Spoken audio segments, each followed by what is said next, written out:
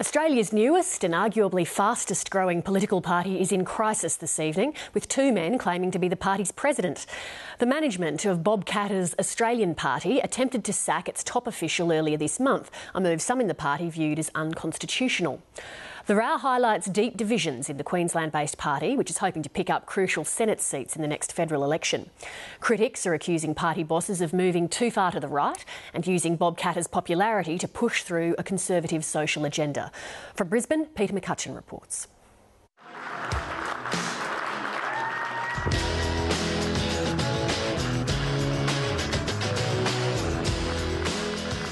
Bob's an icon. Bob's probably not a politician so much as he's a celebrity. He's probably the most recognisable politician in Australia. So he's a great lightning rod to attract people to a political movement. I love being outnumbered.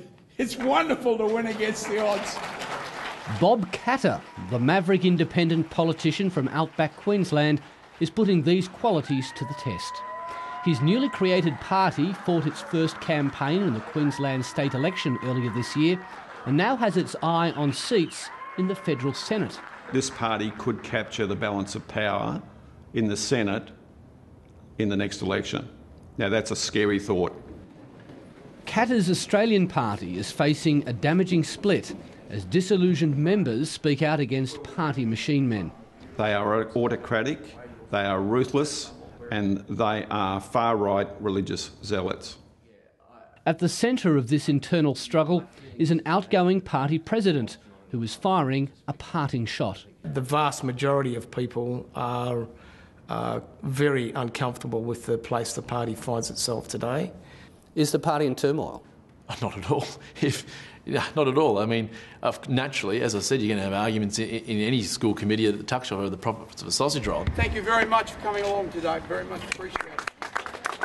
14 months ago, Bob Katter announced he was no longer content with standing alone as an independent and would set up his own political movement. Soon after, the party merged with another group, the Queensland Party, which agreed with much of Bob Katter's platform about protectionism and support for rural industries. This party had seats in the state parliament, led by former LNP member Aidan McLindon. Clearly there was a lot of similarities in terms of what we were championing, in terms of protecting jobs, building industry, supporting families, the bread and butter of politics. The new party polled reasonably well in the March Queensland election, with 11% of the vote, but only picked up 2 seats in what was an historic landslide to the LNP. Take me through what happened after that election. Well, everything fell in a heap. Peter Pike is a former Katter Australian Party candidate with a long history in Queensland politics, having served as a Labor MP in the 1990s. He argues Bob Katter was deeply disappointed the party didn't win more seats.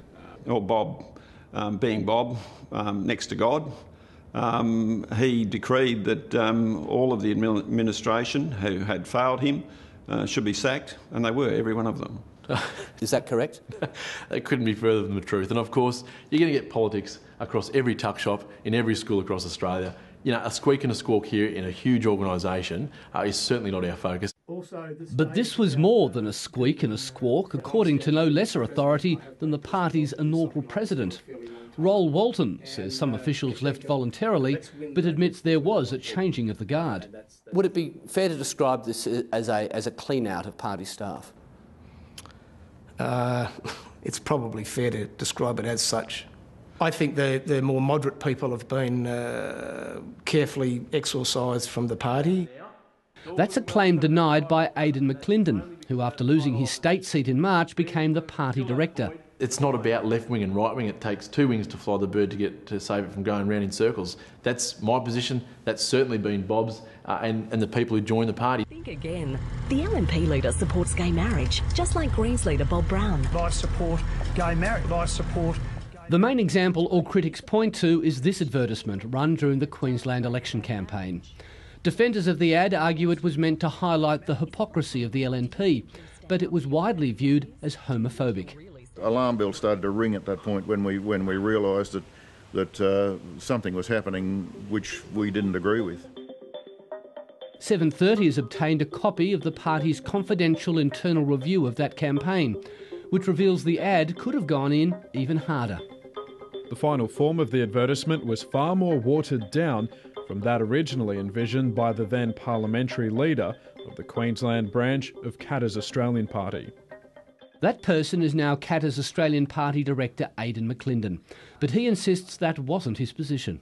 Now, I understand that that was a watered-down version of an ad that you personally wanted to run. Can you confirm that? Not at all.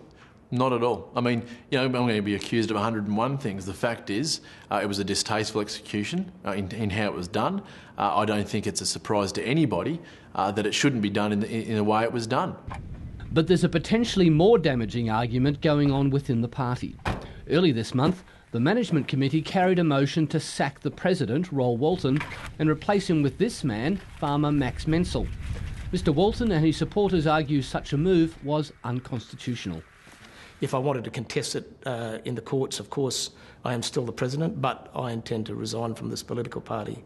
If we increase that... But Aidan McClendon says it's all above board. There's no backhanded dealings. We're a party that wants to get in there and fight. And if you've got to make a few changes to make sure that we're heading in the right direction, then that's got to be done. We don't make any apologies for that. Politician, when a battle requires a man on a mission, when the roads are flooded and the cyclones blowing, when our farmers are down and the crops just ain't growing. Bob Katter undoubtedly has popular appeal, but the challenge has been to channel initial enthusiasm into a disciplined party. What's right? Bob's on the job. How would you describe the state of Katter's Australian Party at the moment? It's the fastest growing political party in Australia. We will outweigh the ALP in membership numbers within 12 months from now at the current rate. We are replacing the old school Labor Party as we've known it and the National Country Party as we've known it. And while the outgoing president agrees the party is well positioned to pick up seats in the Senate, he warns the party is dysfunctional. It's a real worry for me personally that it doesn't abide by its own constitution, and if it won't abide by its own constitution, how could you ever expect a group of people like that to propose to play a part in the governing of this country? Peter McCutcheon reporting.